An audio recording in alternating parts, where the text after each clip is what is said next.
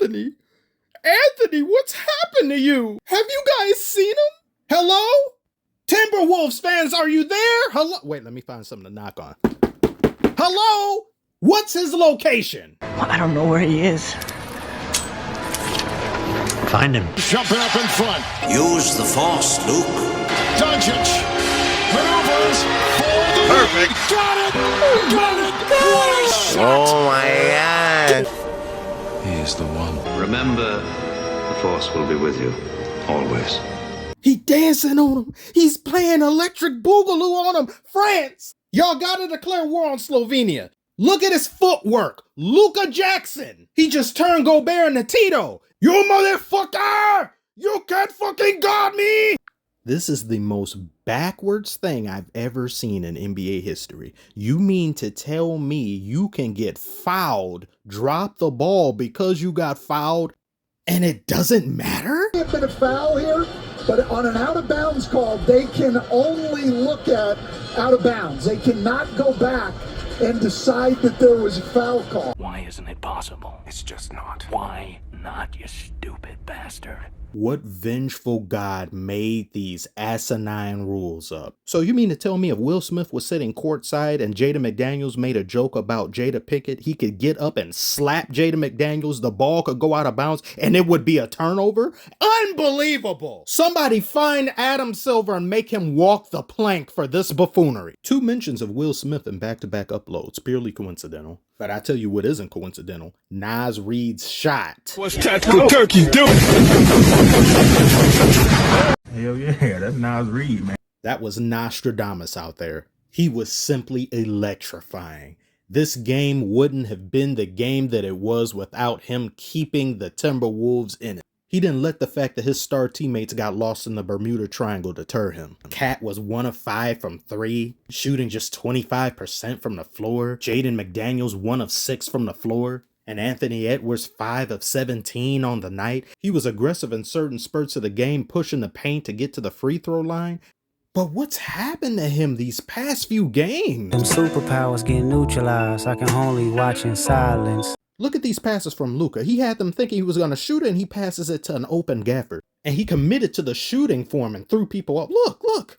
When I was watching this live, I saw Derek Lively run. I was like, does he know Lively's open? Hello, Luka, are you gonna? No, he always saw him. I'm stupid. Never mind. And then this play, which to me was the best of the night. Look at this. Larry Bird's leggings. What the hell got into Gafford? He was throwing a block party tonight. He blocked Conley on one end, then ran down the court and did some circus shit. Timberwolves had a completely different approach to this game as opposed to game 1 that worked out so beautifully for them in the first half. They did a lot of drop coverage in game 1, but in this one, they didn't commit to double teams on Luka and Kyrie. They had freedom for Gobert and him being able to roam around. Similar things have been done by the Lakers with AD.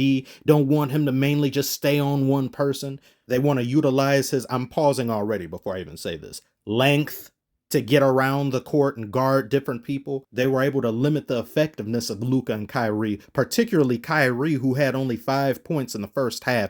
Did you guys know that he was wearing these shoes in game 1? There's a snake in my boot, shoes. This town ain't big enough for the 2 of us, shoes. Y'all really got torched by a shaman wearing the chieftain ones. But you contained him. You were able to limit Luka. But what about the fourth quarter? What about the back half of the game? These two are the most clutch players in the league on the same team.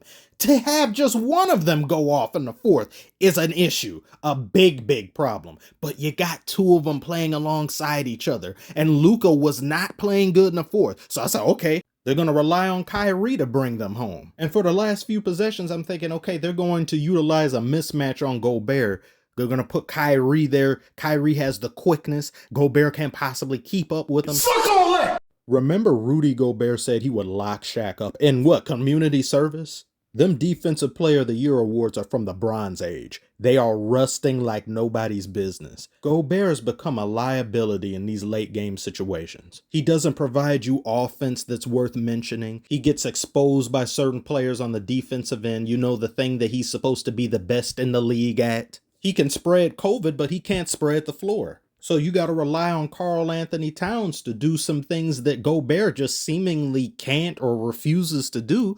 And Cat isn't giving you anything you need offensively to get you over the hump against two of the best offensive threats probably in the league simultaneously and the most clutch players. Now add on the fact that Anthony Edwards has turned into Edwards Anthony. What are you going to do? You just lost your 2 home games. You're not supposed to do that. You are being nuggeted. You did this to the Nuggets and the same is happening to you. Series isn't over.